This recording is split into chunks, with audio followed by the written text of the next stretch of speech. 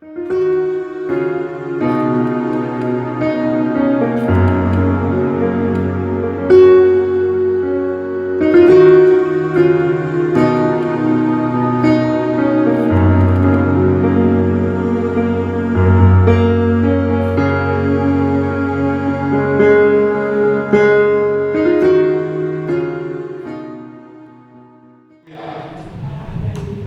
quoi le royaume de Dieu pour vous dans la salle? C'est quoi le royaume de Dieu?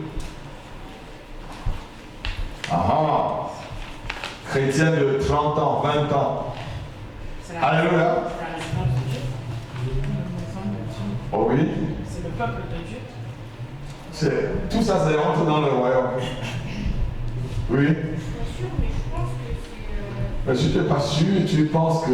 Vas-y. C'est là où Dieu il a son royaume. Non, ce n'est pas le trône de Dieu. Alléluia. Amen. La Bible nous dit que Jésus-Christ viendra et il gouvernera le monde. Notez-le. Et il établira ce qui est dit dans la Bible, dans la parole, comme royaume de Dieu sur la terre. Le royaume de Dieu, c'est lorsque Dieu, Jésus-Christ va revenir, il va régner sur toute la terre. Et nous sommes comme ça en train de préparer ce royaume-là. Je vais vous montrer par la parole de Dieu. Nous sommes en train, parce que c'est un royaume qui va être sélectif. Quelqu'un peut dire Amen avec moi? C'est un royaume qui sera sélectif. C'est pourquoi on prépare les gens pour entrer dans ce royaume. Comme on a préparé les animaux pour entrer aussi dans l'arche de Noé. Amen. Le livre du prophète Ésaïe dit ceci. On va lire Ésaïe chapitre 2, verset 2. Et Michée aussi. Marie-Ange va prendre Michée. Je ne sais pas si vous lisez. Ceux qui lisent pas beaucoup leur Bible, on va leur demander de chercher Michée. Il ne va pas trouver. Alléluia. Prends d'abord Ésaïe chapitre 2, verset 2. Et Michée chapitre 4, verset 1 à 4. Il arrivera dans la suite des temps. Il arrivera dans la suite des temps. Que la montagne de la de Dieu, la montagne de l'Éternel, sera fondée sur le sommet des montagnes. Sera fondée sur le sommet des montagnes. Qu'elle s'élèvera par-dessus les collines. Qu'elle s'élèvera par-dessus les collines. Et que toutes les nations y afflueront. Et que toutes les nations y afflueront. Il va y avoir un moment où la montagne de Dieu sera élevée au-dessus de toutes les autres montagnes. Quand vous lisez ça, vous comprenez comment? Ici, quand on parle de la montagne de Dieu, on parle, il fait allusion à Sion. Il fait allusion à Jérusalem. On va lire Michée, qui va dire la même chose. Je crois que quand vous lisez la Bible, il est temps qu'on vous explique les choses. Michée chapitre 4, verset 1 jusqu'à 4. Marie-Ange. Allez, un jour au nom de Jésus. Michée 4, à partir du premier verset. Il arrivera dans la suite des temps. Voilà comme Esaïe l'a dit. Vous voyez le temps que Esaïe le dit et le temps que Michée le dit. Ça veut dire que le royaume de Dieu est préparé et que ça sera vrai. Quand Dieu répète plusieurs fois quelque chose dans la Bible, ça veut dire que la chose va arriver. Que l'on fasse n'importe quoi, ça arrivera. Amen. Que la montagne de la maison de l'Éternel. Que la montagne de la maison de l'Éternel sera fondée sur le sommet des montagnes. Sera fondée sur les sommets des montagnes. Attends un peu, ma vie. Dis ce matin, ma vie qui est plantée sur la montagne de l'Éternel sera fondée sur les sommets des autres montagnes, des montagnes de la malédiction, des montagnes de la sorcellerie, les montagnes de l'envoûtement, de la pauvreté, de la magie, la montagne sur laquelle je suis fondé est fondée maintenant, élevée au-dessus de toutes les autres montagnes, au nom de Jésus. Si tu le crois, ça va se faire. Vas-y ma fille. Qu'elle s'élèvera par-dessus les collines. Qu'elle s'élèvera par-dessus les collines. Et que les peuples y afflueront. Que les peuples y afflueront. Les nations s'y rendront en foule. Les nations s'y rendront en foule. Et diront. Venez. Montons à la montagne de l'Éternel. Montons à la montagne de l'Éternel. À la maison du Dieu de Jacob. À la maison du Dieu de Abia de Dieu donné. Afin qu'il nous enseigne ses voies. voies. afin qu'il nous enseigne ses voies Et que nous marchions dans ses sentiers. et que nous marchons dans ses sentiers. Car de Sion sortira la loi. Car de Sion sortira la loi Et de Jérusalem la parole de l'Éternel. et de Jérusalem la parole de l'Éternel. Il sera le juge d'un grand nombre de peuples. Il sera le juge d'un grand nombre de peuples, L'arbitre de nations puissantes. l'arbitre des nations puissantes, Lointaines. lointaines. De leur glaive, ils forgeront des royaumes. Et Vas-y. des ordonnances des cercles. Une nation ne tirera plus l'épée contre une autre. Une nation dont il n'aura plus avoir de guerre, une nation ne tirera plus l'épée contre une autre. Et on n'apprendra plus la guerre. On n'apprendra plus la guerre. Ils habiteront chacun sous sa vigne Chacun va habiter sous sa vie et sous son figuier. et sous son figuier. Il n'y aura personne pour les troubler. Donc c'est un roi où il y a la paix, personne pour les troubler. Car la bouche de l'Éternel des armées a parlé. Car la bouche de l'Éternel des armées a parlé. Donc la Bible nous dit là que le royaume de Dieu est en train de se constituer. Dieu l'a dit. Et dans ce royaume, il va y avoir la paix. Est-ce qu'il y a déjà la paix sur la terre? Est-ce qu'il y a des guerres sur cette terre-là? Donc ça veut dire que le royaume de Dieu n'est pas encore là. Alléluia. Est-ce que quelqu'un entend ce que je suis en train de vouloir vous enseigner ce matin? C'est pour fortifier votre foi. Je suis en l'introduction là. Donc si dans ce royaume, il ne va pas avoir de problème. Si on a maintenant le problème encore sur la terre, ça veut dire que le royaume de Dieu n'est pas encore véritablement présent sur le plan physique.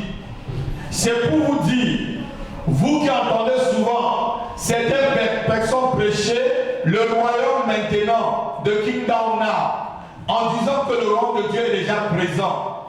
Est-ce que dans le royaume de Dieu qu'on a vu ici là, est-ce qu'il y a la guerre? Mais répondez-moi l'église. Est-ce qu'il y a la sécheresse? Parce que chacun va habiter sous sa vie et tout.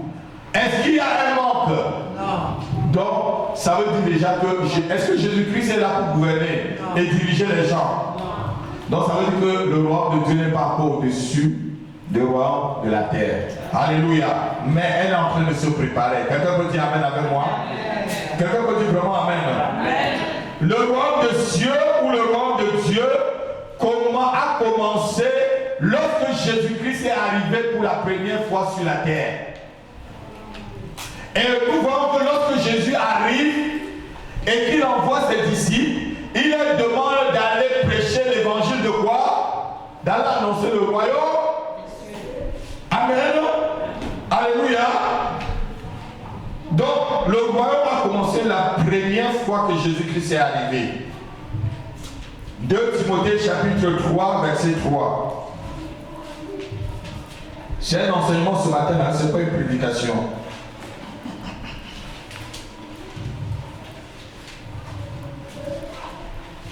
2 Timothée chapitre 3 verset 3. Quand c'est un enseignement, vous écrivez beaucoup.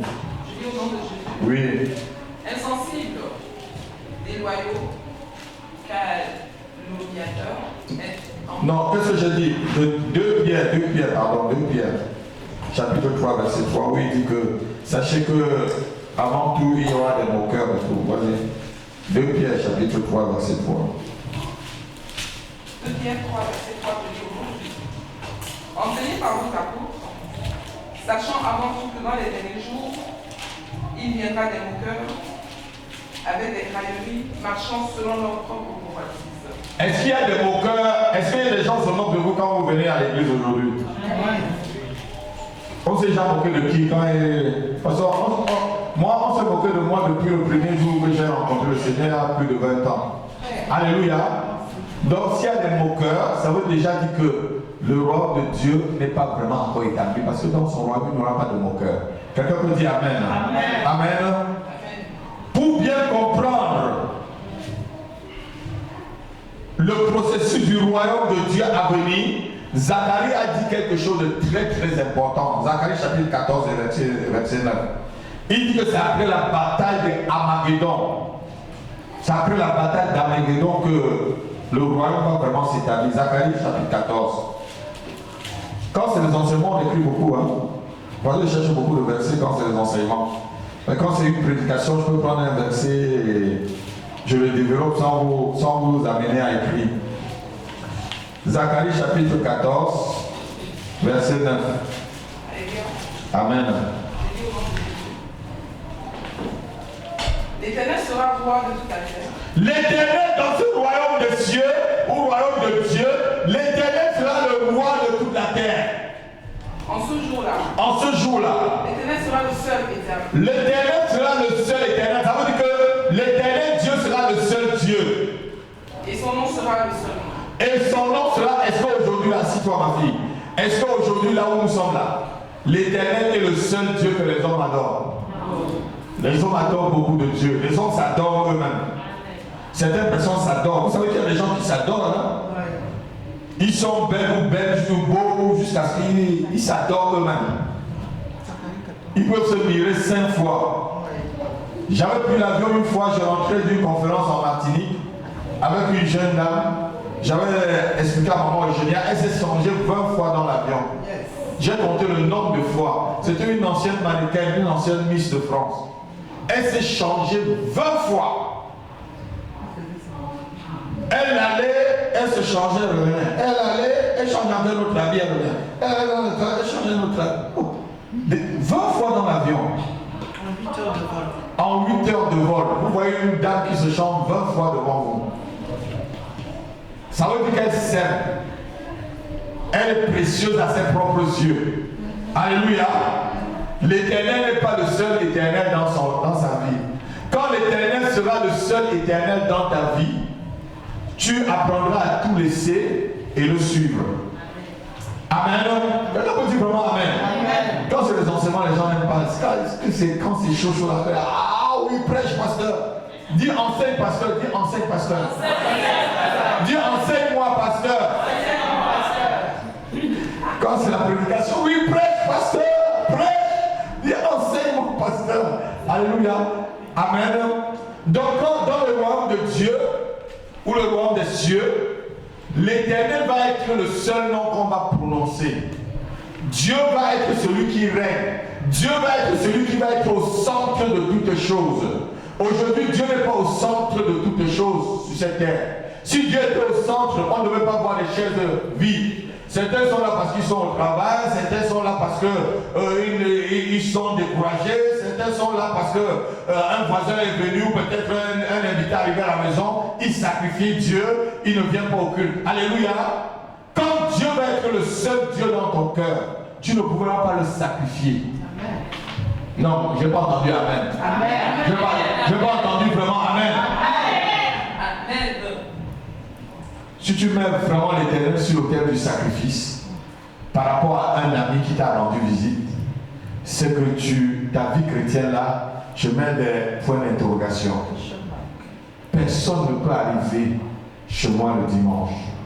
Il m'empêche de venir vous enseigner. Si je ne suis pas là, c'est vraiment un cas de force majeure que je ne peux pas. Alléluia. Et c'est ainsi qu'on se prépare pour entrer dans le royaume. Notez-le. On est intransigeant avec les choses de la terre. Parce qu'on va avoir ceux du ciel.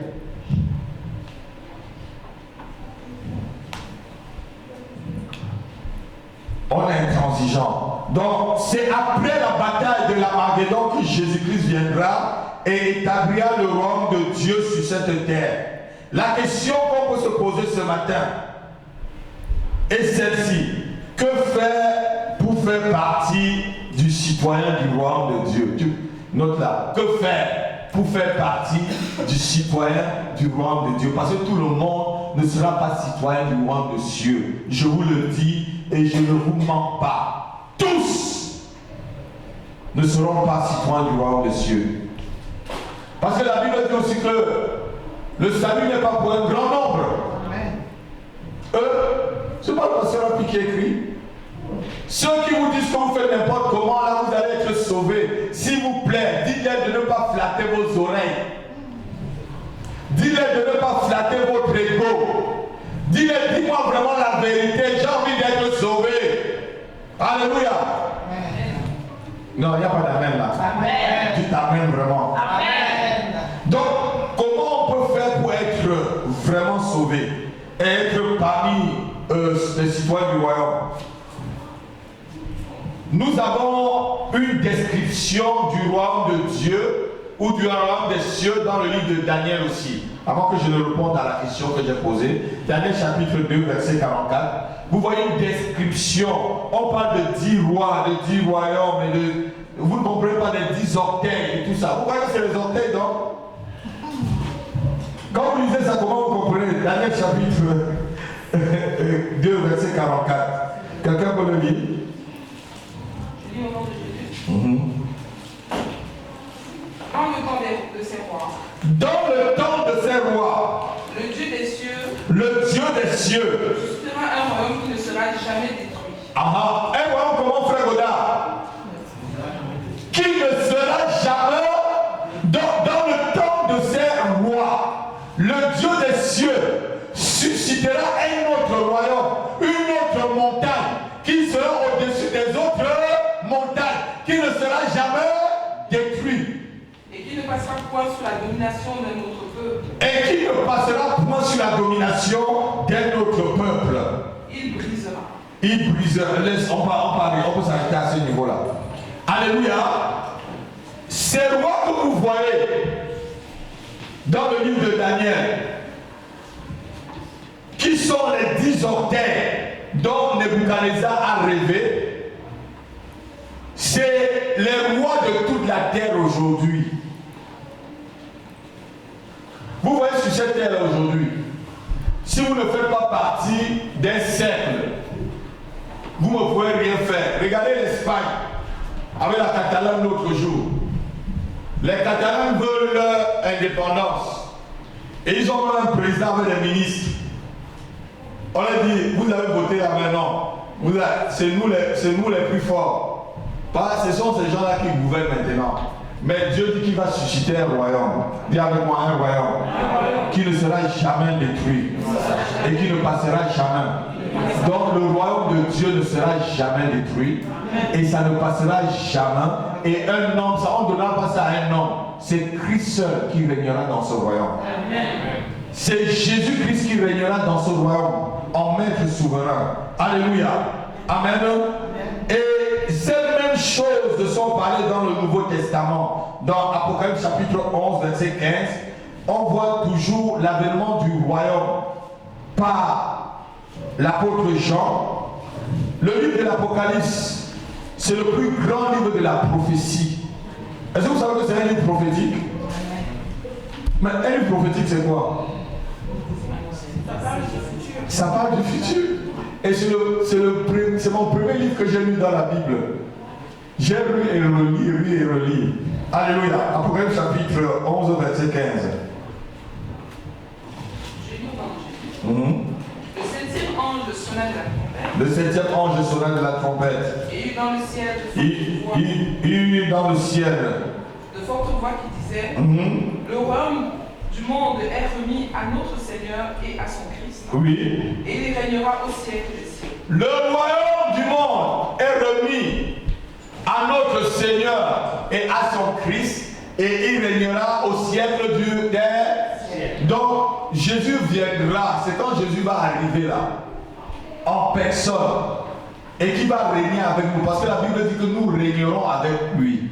Alléluia. Vous êtes en train de régner déjà? Donc ça veut dire qu'on n'est pas encore dans le royaume, on est dans le processus du royaume pour entrer. Ce qu'on fait à l'église est la préparation pour entrer dans le royaume. Mais aujourd'hui, il y a des mensonges que vous suivez, s'il vous plaît. Ne suivez pas des choses qui vont vous déchirer ou peut-être vous faire mal aux oreilles. On n'est pas encore. Quel est le chrétien qui règne? Puisque Dieu me dit je régnerai. Je ne règne pas encore. Mais il dit tu régneras avec Christ. Est-ce que tu peux régner sans Christ? Mais on te dit que tu règnes. Tu es puissant, tu es fort. C'est toi qui règnes dans toute la terre. Non. Alléluia. Je régnerai mais avec Christ dans le royaume. Quelqu'un peut dire Amen. Donc lorsque nous parlons de royaume de Dieu, c'est en quelque sorte le règne de Christ qui viendra sur la terre pour changer toutes choses. C'est tout c'est ça l'espérance d'un chrétien. C'est le règne de Christ qui viendra sur la terre pour changer toutes choses. Alléluia.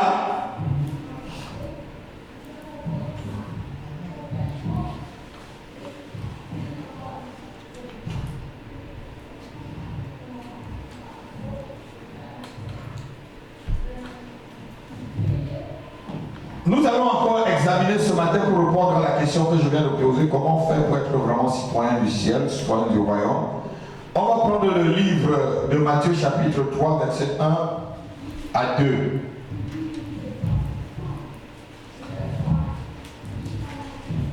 Donc lorsque vous allez prêcher l'évangile là, vous prêchez l'évangile de quoi? Du roi, du royaume. Donc ce que je suis en train de faire ce matin là, je suis en train de prêcher l'évangile du royaume. Et je vais vous expliquer comment on prêche l'évangile du royaume. Souvent ceux qui veulent évangéliser là.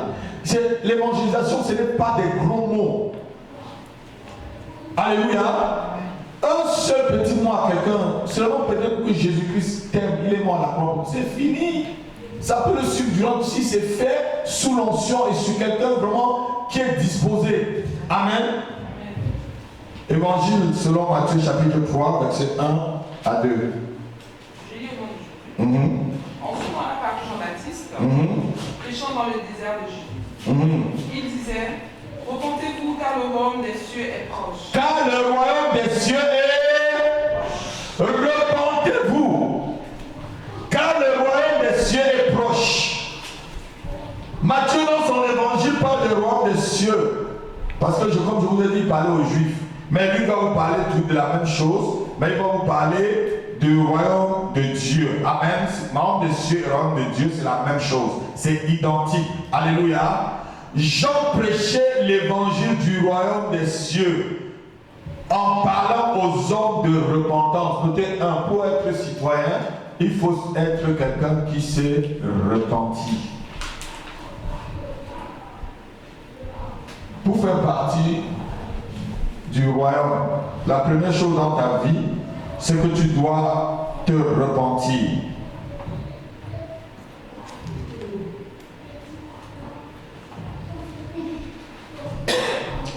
Jésus-Christ aussi envoie les disciples 2 à 2 et il est demandé de prêcher l'évangile du royaume. Luc chapitre 9 verset 2. Prêcher l'évangile du royaume. Et c'est ce que je vous demande ce matin. Luc chapitre 9 verset 2.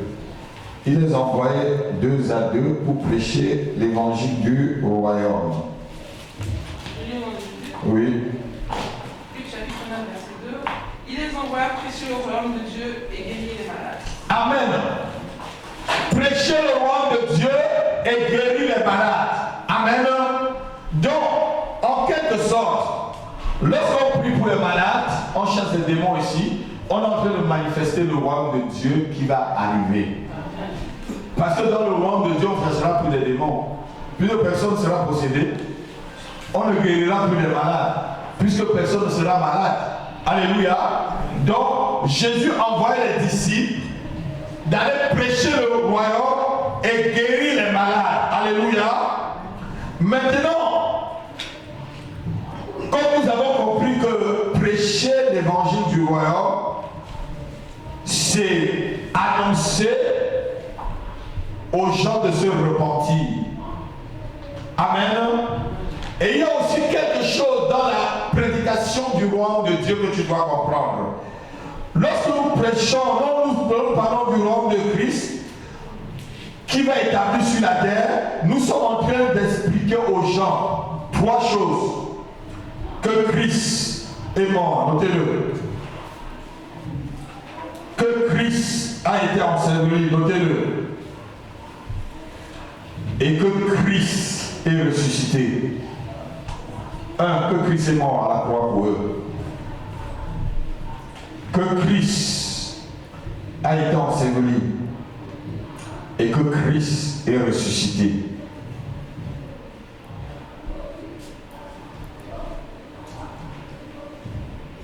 Et pour répondre à la question qu'on a posée tout à l'heure, comment faut-il faire pour entrer dans le royaume? On a vu la première chose que c'est la repentance. Et Christ même a parlé à Nicodème comment il devait faire pour entrer dans le royaume.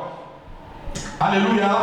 Jean chapitre 3 verset 1. Il dit qu'il faut naître de nouveau. Jean chapitre 3 verset 1. Il dit à Nicodème, on ne peut pas hériter du royaume si on n'est pas né de... Est-ce qu'il y a quelqu'un qui est né de nouveau dans cette salle? Si tu es vraiment né de nouveau, acclame le Seigneur.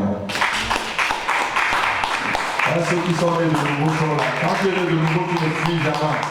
Même si je dis, lis Marie-Ange.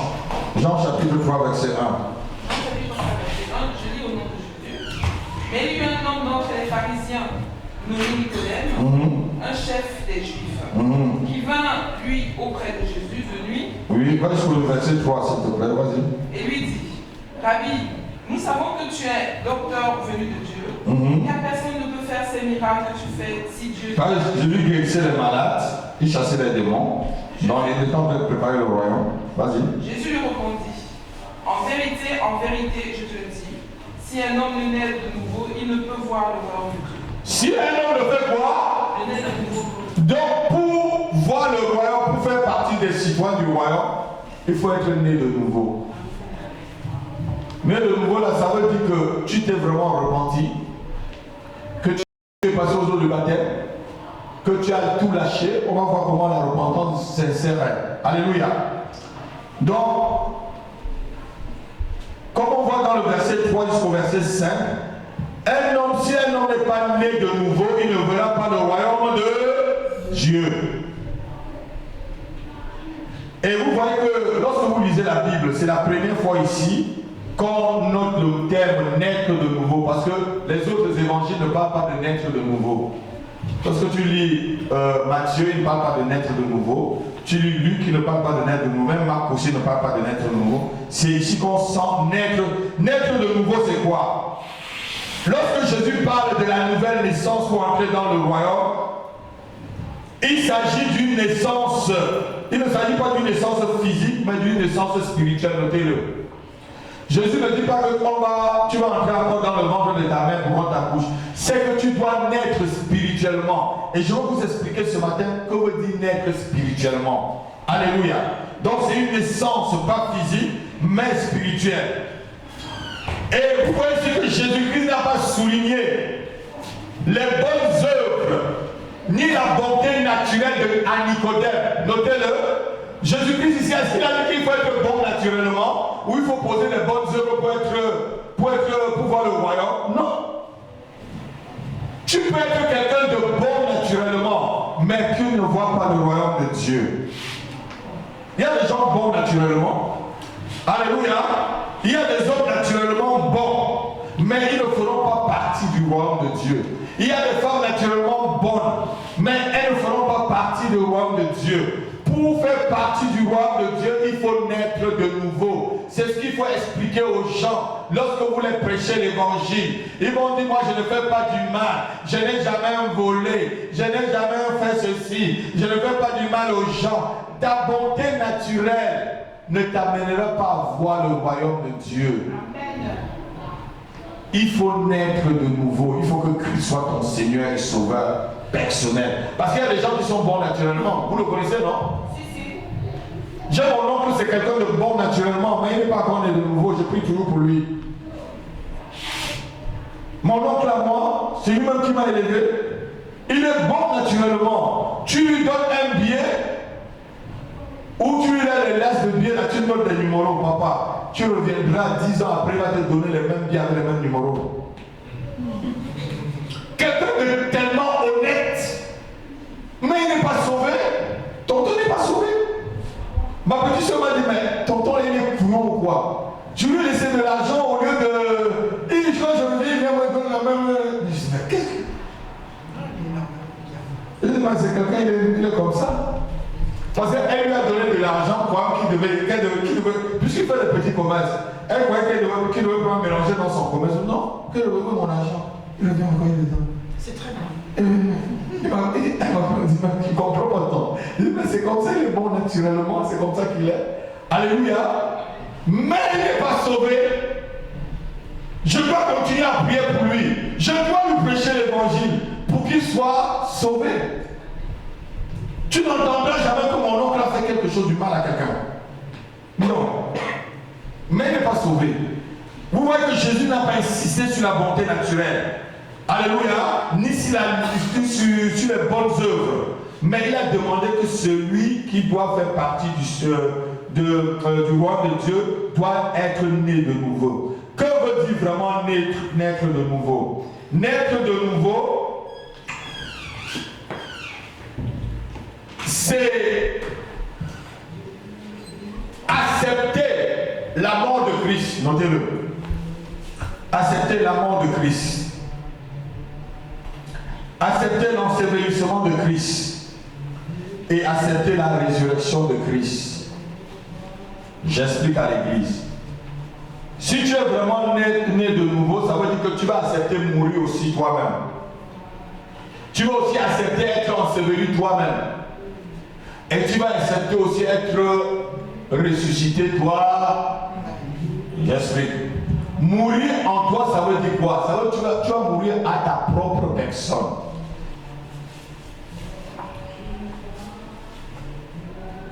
Parce que lorsque nous voyons que Christ a été mort à la croix, qu'il a été enseveli et qu'il est ressuscité, donc nous remarquons que le Seigneur, lorsqu'il parle de la nouvelle naissance, nous demande aussi de mourir, d'être enseveli et de ressusciter. Alléluia. Amen.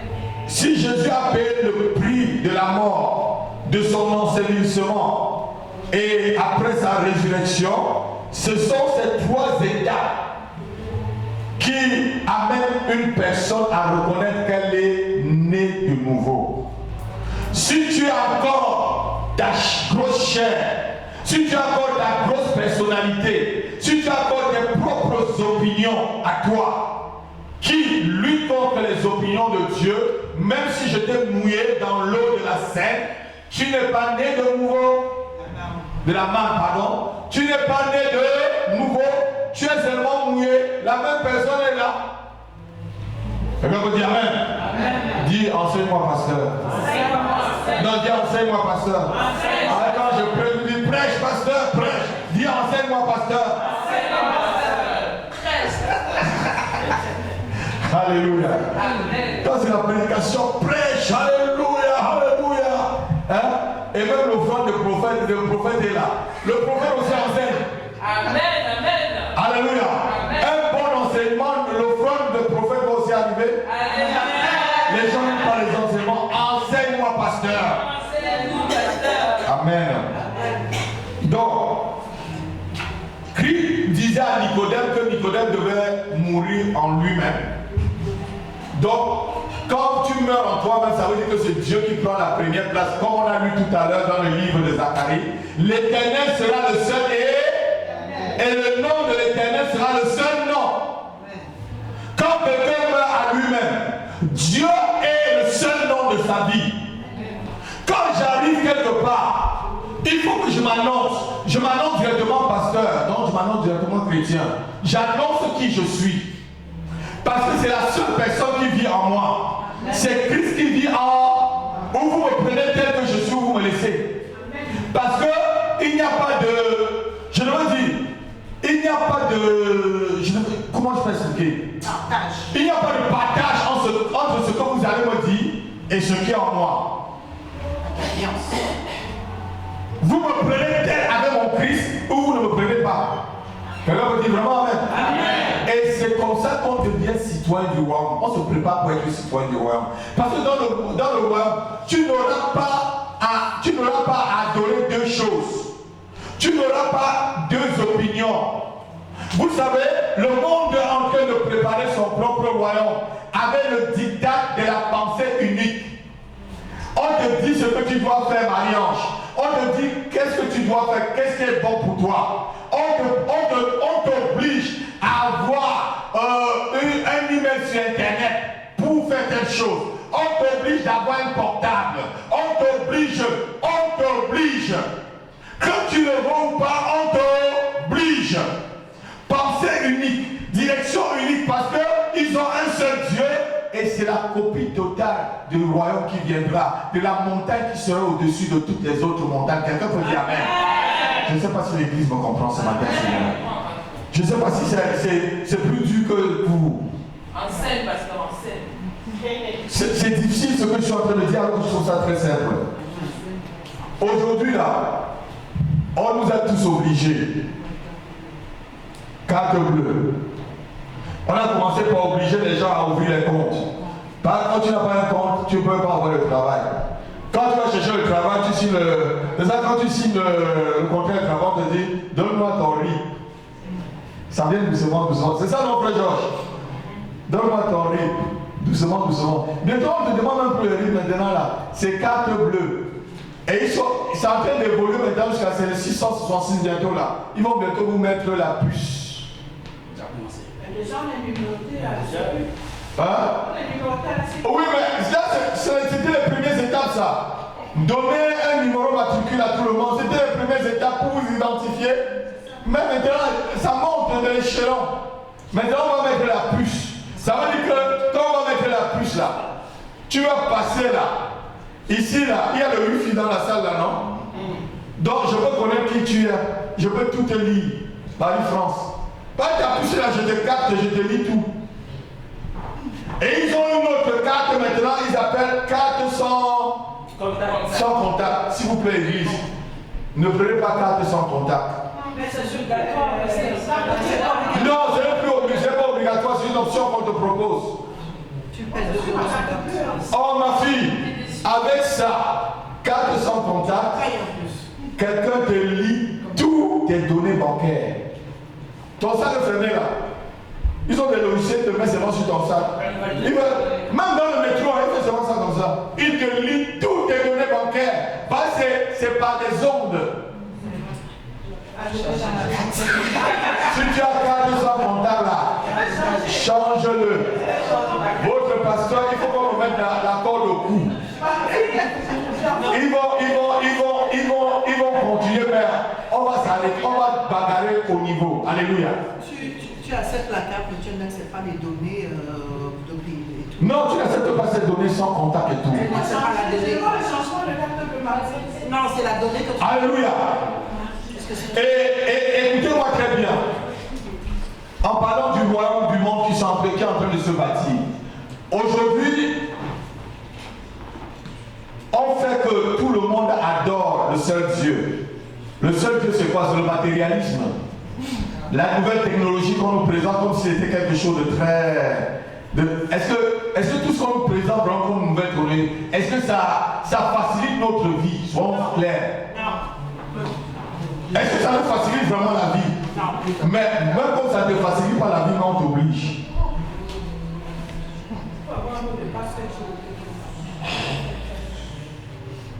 Mais est-ce que c'est un problème? Et ceux qui ont l'Alzheimer là, qui ne connaissent pas le numéro de passe, je dis ça ne facilite pas la vie aux gens.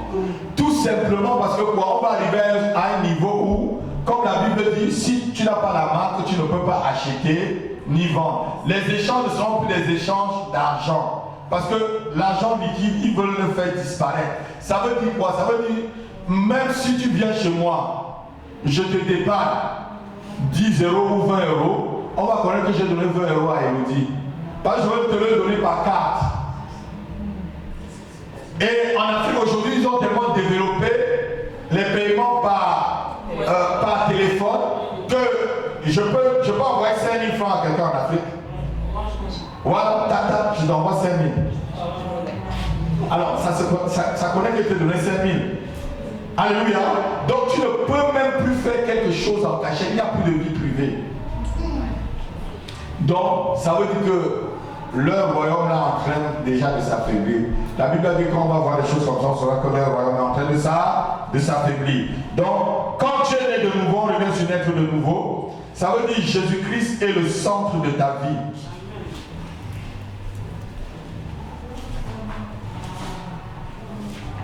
Naître de nouveau, c'est accepter Christ ou confesser Christ. Ça va au-delà de cela. Parce que certaines personnes ne font que la confession. Combien de personnes ont confessé Christ ici, on ne les voit pas? Combien de personnes nous ont dit ici qui sont nés dans de nouveau, même de plus Paris, et quand on arrive chez moi, on ne voit plus certains. Alléluia. Donc, ça va au-delà de confesser.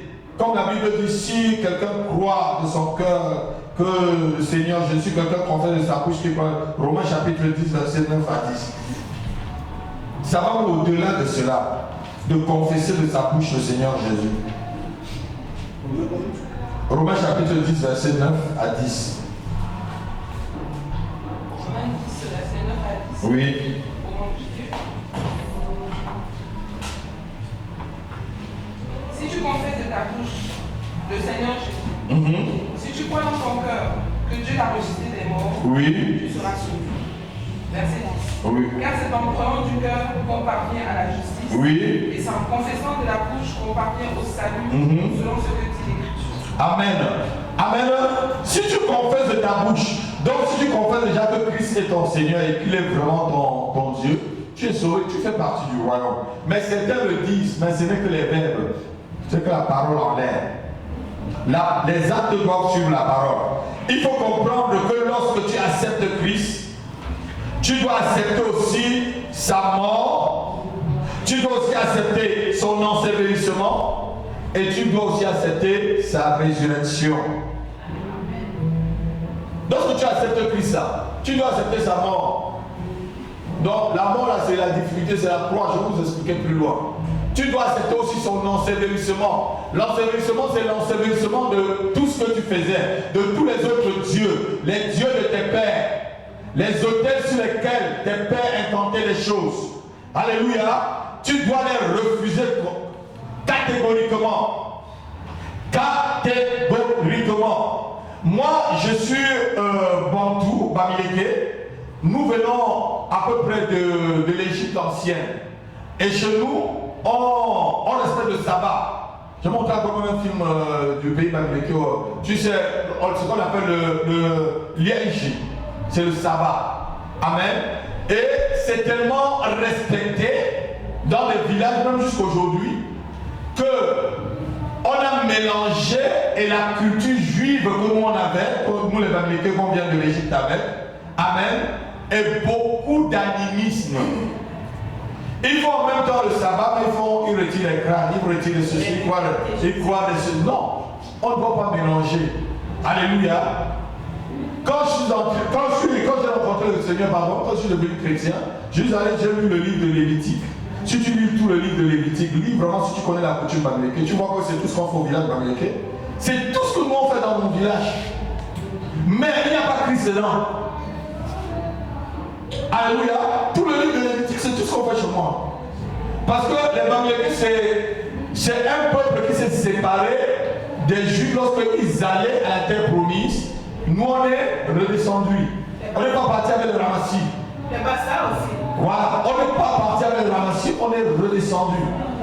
Alléluia. Mais on doit avoir Christ, tu dois accepter la mort, la résurrection, l'ensevelissement de Christ pour faire partie du royaume. Alléluia. Amen. Paul nous parle aussi de toutes ces choses. Que lorsque nous acceptons Christ, nous devons mourir spirituellement en nous et nous devons être ensevelis aussi spirituellement avant d'avoir la résurrection spirituelle. Tout ici est spirituel. Est-ce que tu comprends? Est-ce que vous comprenez? Tout est spirituel. Aujourd'hui, quand tu n'as pas Christ, ton esprit n'est pas ouvert, frère Georges. Ça veut dire que sur le plan spirituel, tu ne vois pas les choses très claires. Lorsque j'ai reçu Christ, le voile tombe. Le voile est tombé, j'ai vu, dans ma culture, ça, non, il n'y a pas Christ, c'est pas bon ça. Alléluia. Quelqu'un peut dire Amen. 2 Thessaloniciens chapitre 1, versets 7 à 8. 2 Thessaloniciens chapitre 1, versets 7 à 8. C'est Paul qui parle aussi. Comment on obéit à l'évangile du royaume. 2 Thessaloniciens, chapitre 1, versets 7 à 8. Oui. 2 Thessaloniciens, Chapitre 1, verset 7 à 8. ouais. À vous qui êtes affligés du avec nous. Lorsque le Seigneur Jésus apparaîtra du ciel, Lorsque le Seigneur Jésus apparaîtra du ciel, avec les anges de sa puissance, avec les anges de sa puissance, au milieu d'une flamme de feu, au milieu d'une flamme de feu, pour punir ceux qui ne connaissent pas Dieu, pour punir ceux qui ne connaissent pas Dieu, ceux qui n'obéissent pas à l'évangile de notre Seigneur Jésus, qui n'obéissent pas à quoi? À l'évangile du Seigneur Jésus. Donc si quelqu'un n'obéit pas à l'évangile, il ne fait pas partie du royaume. Tu seras puni si tu n'obéis pas. Alléluia. Donc tous ceux qui n'obéissent pas à l'évangile sont des damnés. N'ayez pas peur si quelqu'un te pose la question s'il est damné ou pas. Dis oui, tu es damné. Ne fais pas le... Quand il s'agit de la vie de quelqu'un, il ne faut pas... Ne fais pas le sentiment. Ne sois pas indulgent. Ah mais Dieu est un Dieu d'amour, non? Dieu est un Dieu de compassion, non? Et la Bible dit que tu n'oublies pas, tu es damné, tu es damné. Dieu est un Dieu de miséricorde, non? Non! Il te dit tu es damné, punisse tous ceux qui ne respectent pas l'évangile de Christ, point. Eh bien, est-ce que Dieu va envoyer toutes ces personnes-là en enfer? C'est qu'il n'est pas vraiment Dieu. Il va l'envoyer. Sinon, les gens de Sodome et Gomorrhe vont se réveiller et Dieu doit leur demander pardon. Vous riez, hein? Et Dieu doit leur demander pardon. Pourquoi il a détruit Sodome et Gomorrhe? Pourquoi il a détruit les gens par le déluge? C'est que Dieu va demander pardon à tous ceux qu'il a détruits par le déluge. Est-ce que Dieu là, Dieu est amour? Est-ce que Dieu peut tuer tout ça? Oui. Il a tué tout. Il a laissé 8 personnes. 8 qui respectaient. 8 qui ont écouté sa voix. 8 qui ont accepté la mort, l'ensevelissement et la résurrection de Christ. Oui, Dieu peut. Oui, il le fera. Oui, si tu ne le fais pas, il le fera. Alléluia. Prêcher la vraie évangile aux gens. Le jour où ils vont te rencontrer, tu seras au ciel, Marie-Ange. Et qui brûlera dans les feux de l'enfer. Il va dire, Marie-Ange, tu m'avais dit, j'étais seulement incrédule. Mais si vous deux vous retrouvez en enfer, il va te dire, mais tu connaissais la vérité, pourquoi tu vas pas dire? Il va te boxer. Quand le feu va te brûler, il va te taper encore. il va te dire, si toi, j'ai un livre à la maison où un pasteur, un faux pasteur, parce qu'un vrai pasteur se retrouve en enfer. Se retrouve en enfer avec un monsieur très grand de taille qu'il avait évangélisé sur la terre, mais il ne lui a pas dit la vérité. Il a laissé que le monsieur vive selon la convoitise de son cœur. Les deux sont morts. Ils étaient en enfer tous les deux. Bon, l'enfer n'est pas encore ouvert. Je crois que c'est un endroit dans le Kadesh. Parce que quand les gens font des visions, ils croient que l'enfer n'est pas encore ouvert. Personne n'est encore en enfer. Je vous enseigne ici, non? La première personne qui ira en enfer, c'est le faux prophète et la bête. Amen. Donc, il voit ces gens dans ce milieu vraiment où ils souffrent. Et l'autre était en train de taper le pasteur. Le monsieur tapait le pasteur, il lui disait, si tu m'avais dit la vérité, je ne serais pas ici. Boum, tu m'avais dit la vérité. Et le feu est brûlé, mais il tapait le pasteur, Non. Le faux pasteur. Il dit, si tu m'avais dit, je ne serais pas ici, si tu m'avais... Vas-y, vous voyez, quelqu'un qui tapait l'autre dans le feu. Et c'est le Seigneur qui l'explique que non, celui-là c'était un faux serviteur qui l'a trompé et il est là. Alléluia. Même si tu te repens étant déjà dans le feu, tu es déjà dans le lac. Donc c'est le moment pour toi vraiment de te repentir, de bien te tenir. Quelqu'un peut dire Amen. Amen. Amen. Amen. Alors, nous ne pouvons pas obéir à l'évangile si nous ne savons pas quel est la vraie évangile. Parce qu'aujourd'hui, il y a trop de faux évangiles qui ne peuvent pas nous amener dans le royaume.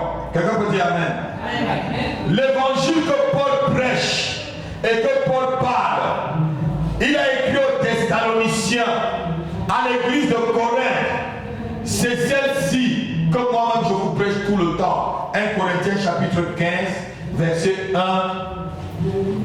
à 4. Il dit Christ est mort selon les Écritures. Il a été ressuscité selon les Écritures. Il a été enseigné selon les Écritures. C'est ce que moi-même je vous prêche. Et c'est ce qu'il faut dire aux autres. 1 Thessaloniciens, pardon, 1 Corinthiens chapitre 15, verset 1 à 4. 1 Corinthiens, pardon. Chapitre 15, verset 1 à 4. Lis. Je vous rappelle, frères. Je vous rappelle, frères et sœurs. L'évangile que je vous ai annoncé. L'évangile que je vous annonce toujours. Que vous avez reçu. Que vous avez reçu. Dans lequel vous avez persévéré. Et que vous avez persévéré. Ça, c'est la base de la doctrine chrétienne même. Et par lequel vous êtes sauvés. Si vous le retenez. Si vous le retenez. Si au moins vous le retenez. Tel que je vous l'ai annoncé. Oui. Autrement, vous aurez cru enfant. Oui. Je vous ai enseigné avant tout. Je vous ai enseigné avant tout. Comme je l'avais aussi reçu. Comme je l'avais aussi reçu. Que Christ est mort. Que Christ est mort. Péché. Mort pour nos péchés. Selon les Écritures. Selon les Écritures. Et qu'il a été enseveli. Qu'il a été enseveli. Il est ressuscité le troisième jour. Qu'il est ressuscité le troisième jour. Selon les Écritures. Selon les Écritures. Amen, assois-toi. Alléluia. C'est ça l'évangile. L'évangile n'est pas de venir te dire oh tu es prospère, oh tu es ceci, oh. Non, c'est pas ça l'évangile. L'évangile est que Christ est mort, qu'il a été enseveli. Alléluia. Et qu'il est ressuscité. Voilà pour toi. C'est ça l'évangile. Et c'est ça l'évangile du royaume. Toutes les autres choses que les gens mélangent, c'est pas l'évangile du royaume. Alléluia. Ce n'est pas l'évangile du royaume.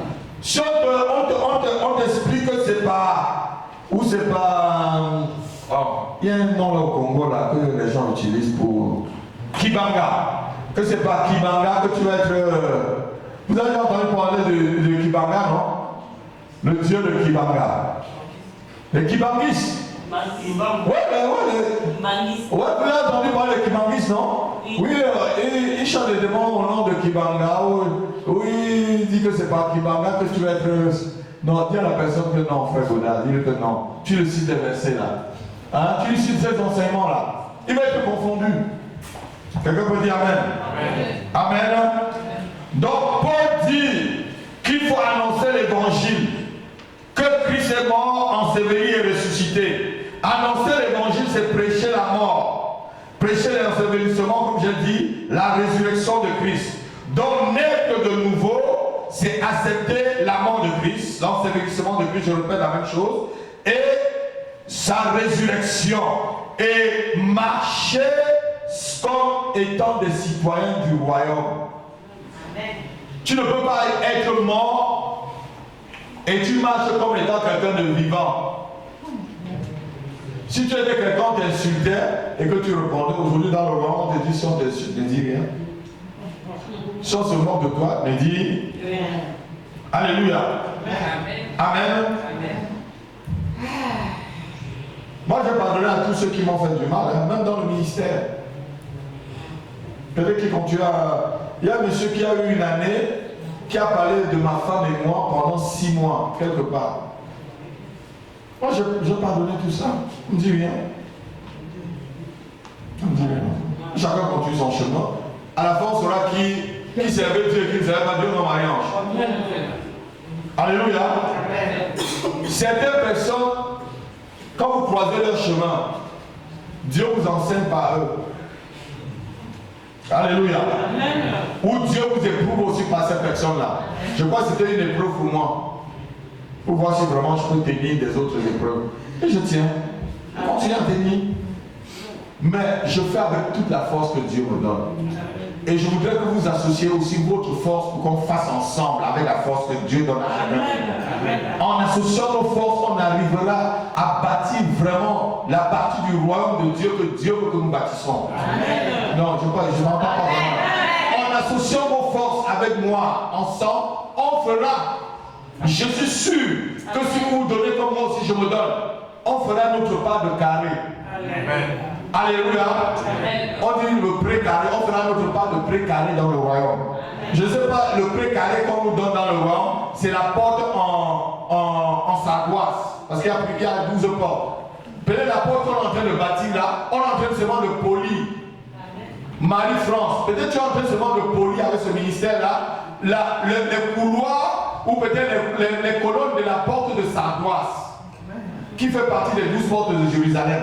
Mais polis la très bien. Est-ce que quelqu'un m'entend? Peut-être qu'on est en train de au ciel là, on va te montrer que tu étais seulement en train de polir ces colonnes-là. Mais polis-la très bien. N'envie pas celui peut-être qui est en train d'arroser les jardins de fleurs. Est-ce que quelqu'un entend ce genre qu'on entend? Mais j'aurais parlé. J'aurais mis toute ma force, toute mon énergie, tout ce que j'ai.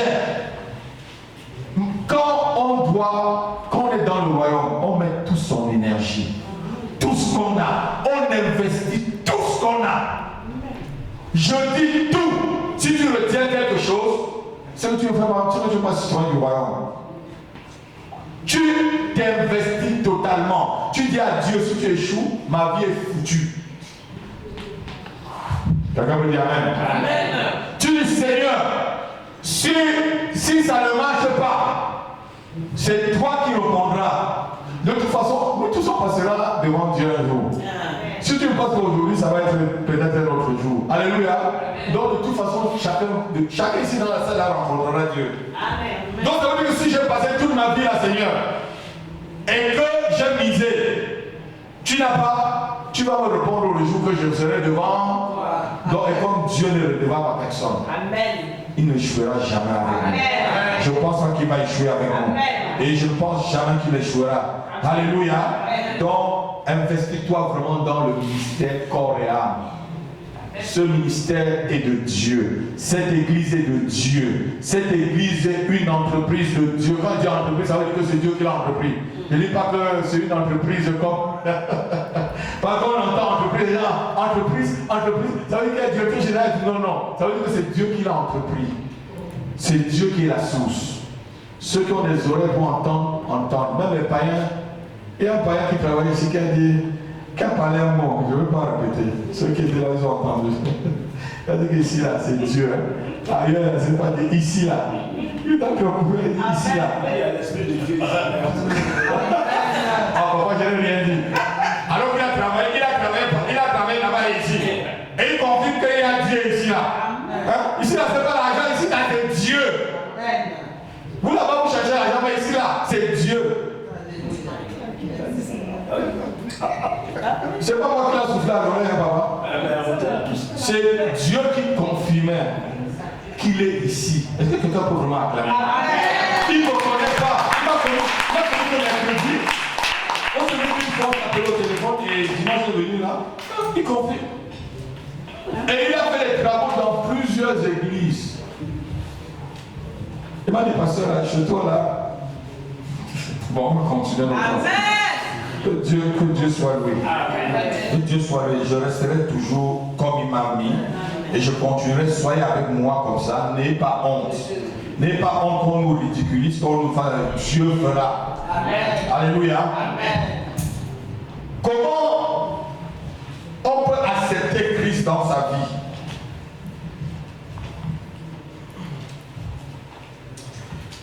Accepter Christ dans sa vie, c'est nous tuer nous-mêmes.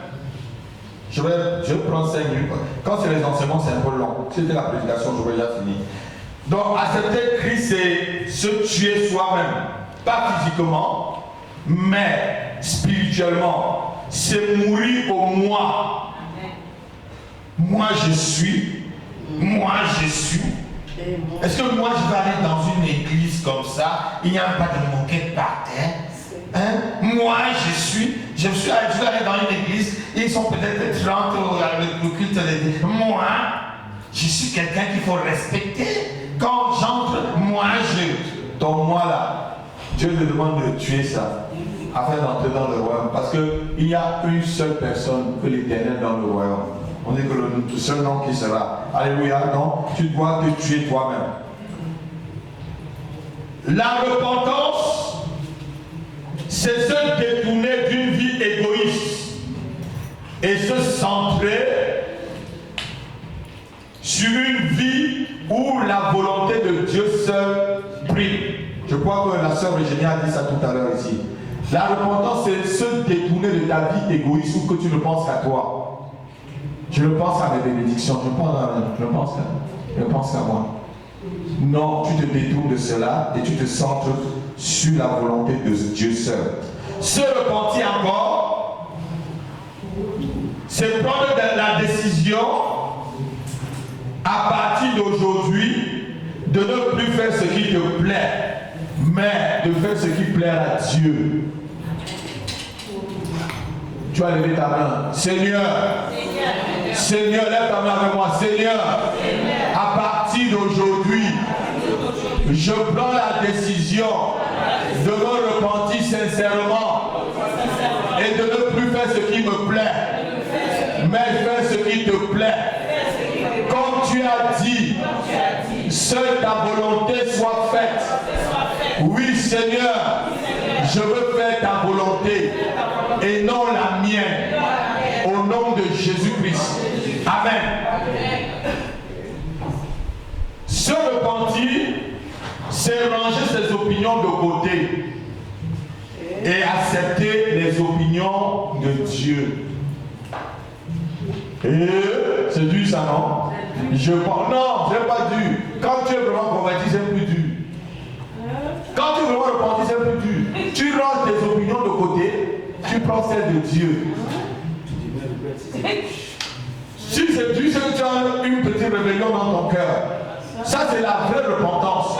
Quand Dieu demande, tu le fais. Si Dieu dit saute, ne demande pas pourquoi Dieu te demande de sauter. Saute! Comme un fou. Mais écoutez-moi très bien. Souvent, nous les hommes de Dieu, on agit souvent. On peut croire que nous sommes aux zinzin, n'est-ce pas? Il y a parfois vous allez voir peut-être prêcher ou peut-être quand on fait un service, vous pouvez comprendre que je suis zinzin. Le Saint-Esprit me dit fais 7 tours, va, tu reviens, je fais les 7 tours, va. L'Esprit de Dieu me dit maintenant tu vas te mettre par terre. J'écoute, si je ne me mets pas par terre, le robinet va se couper. Mais maintenant si je me roule par terre, on va dire mais le pasteur pourquoi il se roule par terre? Il a demandé je crois à Jérémie d'aller manger les cacahuètes. Non, à Ézéchiel. De manger les excréments humains. Marie-Ange dit. Non, ma fille, est-ce que c'est normal que Dieu demande à son prophète, à son. Mais, hey, quel pasteur? Il est fou, il est possédé. Il est possédé. N'est-ce pas, Jean-Jacques? Tu n'as jamais vu ça? Dieu a demandé à Ézéchiel va manger des excréments. Mange des excréments humains. Mon fils fait la bouche. Oui, c'est le Dieu que tu es en train de suivre, mes amis. Alléluia. Non, mais ça, c'est pas pareil. Non, c'est pas pareil. Là, c'est pas pareil, ça. Là, c'est faux, ça. Non, ça, c'est faux. Il ne faut pas regarder des choses. N'allez pas sur Internet. C'est un monde qui n'a pas de surveillance. C'est un endroit qui n'a pas de surveillance. Vous pouvez polluer ayez votre pasteur. Écoutez l'évangile, écoutez l'enseignement de votre pasteur, respectez-le. Alléluia. Si un enfant va, c'est un monde qui n'a pas de limite, pas de surveillance. Je peux dire une bêtise maintenant, tu me filmes, je mets sur Internet, non? Est-ce que je mens? Je peux dire que j'ai vu un ange qui était rond et comme une roue et tout ça, je mets sur Internet, les gens vont commencer à croire. Ceux qui ne prient que par les anges vont commencer à croire. Donc n'allez pas dans ces genres de place. Si vous n'êtes pas mûr, ne regardez pas certaines choses. Vous connaîtrez la vérité et la vérité va vous affranchir. Amen. Donc, je disais, la repentance, c'est laisser ses propres opinions et épouser les opinions de Dieu. Se repentir, c'est décider de remettre à Dieu toute sa vie afin que lui seul te guide. Si toi tu te guides toi-même, c'est que tu n'es pas encore repenti. Se repentir, c'est décider de ne plus faire ce que l'on veut, mais d'accepter d'accomplir la volonté de Dieu, sans raisonner, sans réfléchir. Et sans une vraie repentance, personne ne pourra hériter le royaume des cieux. J'arrête à ce niveau. Il y a encore beaucoup d'autres choses que je devrais vous dire. On le dira plus tard. Parce qu'il faut qu'on respecte le temps. L'esprit du prophète est soumis aussi au prophète. Je vous enseigne pas avec un autre esprit. Alléluia. Amen. On va se lever, on va prier.